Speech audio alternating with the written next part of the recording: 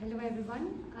Today, I, Santhanamo, and my friend Padmachurot will gonna present our presentation on Pandit Deendayal Upadhyay, who was a great writer, political leader, and he was best known for his philosophy of integrated humanism and his contribution to Indian politics and thoughts.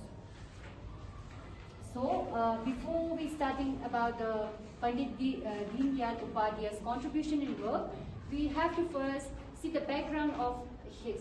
So, firstly, he was born on 25th September in 1960 in Uttar Pradesh, where he had a very devastating childhood, where he lost both of his parents.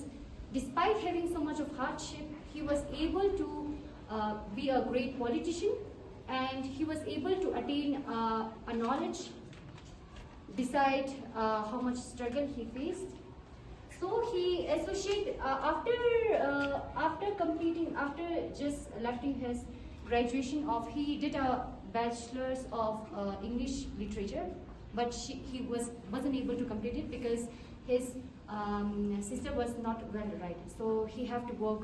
For that, he joined an RSS, Rashtriya Swayamseva Sangh, where he volunteered. Later on, he became became more prominent, and later on he joined Bharatiya Jana Sangh, and he played an important role. So he became the party president in 1967. He became a party president of Bharatiya Jana Sangh Party. After that, he passed in 1968, where he had a very unusual circumstances, right? So he wasn't able to.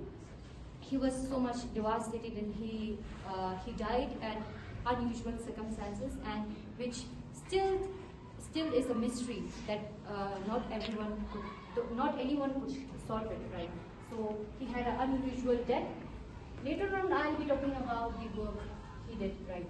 He developed a philosophy of integrated humanism, Ekdam Manav Darshan, in 1965. He did a philosophy. He's well known for philosophy, and he was a great thinker, right? So he introduced a lot of thinking and perspective of how he viewed whole world. So he had made a prominent philosophy of integrated humanism, where he expresses views that how we should balance our life with materialistic life. So without attaining so much of materialistic, we have to self-rely. We have to be more passionate, compassionate to help others, rather than running towards powers and positions. So he expressed that. After that, he is a well-known writer. He wrote a lot of articles and books, newspaper. Before in RSS, he was a writer, a typewriter. He used to write lots of newspapers where he expresses views and opinions about politics and all. So he also served as the general secretary, and then became the Bharatiya Jana Sangh president. Right? As I told earlier, that he was a prominent leader. Before he was able to get the position of a president, he was also a secretary of a Bharatiya Jana Sangh Party. Later on, he took the position of a president. Working towards strengthening the organization of Bharatiya Jana Sangh. Yeah, I felt that he is the most well-known political leader, right? He has that kind of initiative. He had that kind of initiative and had that zeal of working for the society. He was a well-known leader, and even today, BJP also, get inspiration from his ideology. With his view of looking at the world, right? So he was not best known leader and a prominent leader. That's how his ideology, get well known in today's life, in 21st century also. He is well known for his ideology and his perspective towards the world, and how we should look upon the world and poverty, and in his view, he's also expressed that if government make a policy, we have to uplift whole the poor section of the society, rather than just seeing the industrialization, rather than just seeing the materialistic power and all, rather than just seeing the income of the country like GDP. We have to uplift all this poor section of the society from the fundamental basics of the poorest section of the society. Then we can attain the development in our country. Then we can uplift our country. That was what his ideology was. So we have to be we have to get lessons. We have to get some lessons from him to just think about our society and our way of living our life. So we have to help. So we have to follow the ideology of him.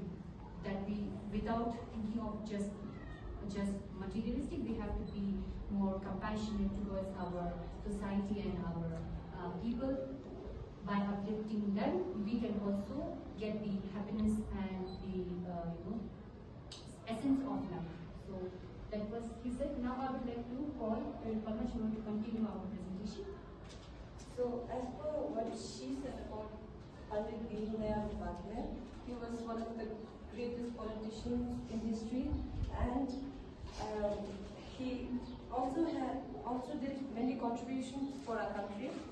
And as we know that he was a prominent former leader of Bharatiya Janata Sangh, and the ideology of Bharatiya Janata Sangh is developing our country through our own culture and tradition. And he believed that we should not be depending on any foreign resources or any other country to develop our country. We have to focus on our roots and develop our country through our own traditions. He also gave the philosophy of integral humanism, Ekta Manav Darshan, which says that we have to, in order to bring development, we have to balance our body, mind and soul. And he also gave the idea of Antodaya, and he became the party president of Bharatiya Janata Sangh in 1967, and he strengthened the party by focusing on discipline, and he also uplifted the Bharatiya Janata Sangh party by focusing on the grassroots level. That's all.